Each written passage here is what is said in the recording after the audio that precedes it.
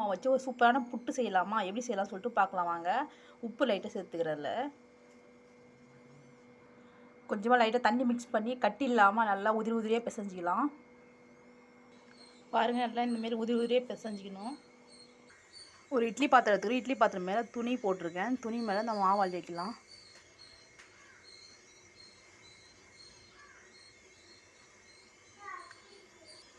பாருங்கள், அவ்வளோதான். 10 நிமிஷம் கழிச்சு பார்க்கலாம்.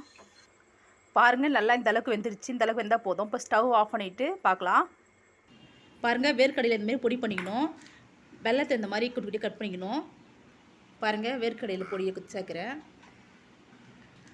சீவி வச்சுருக்க வெல்லத்தை சேர்க்குறேன். நல்லா கலந்து விடணும்.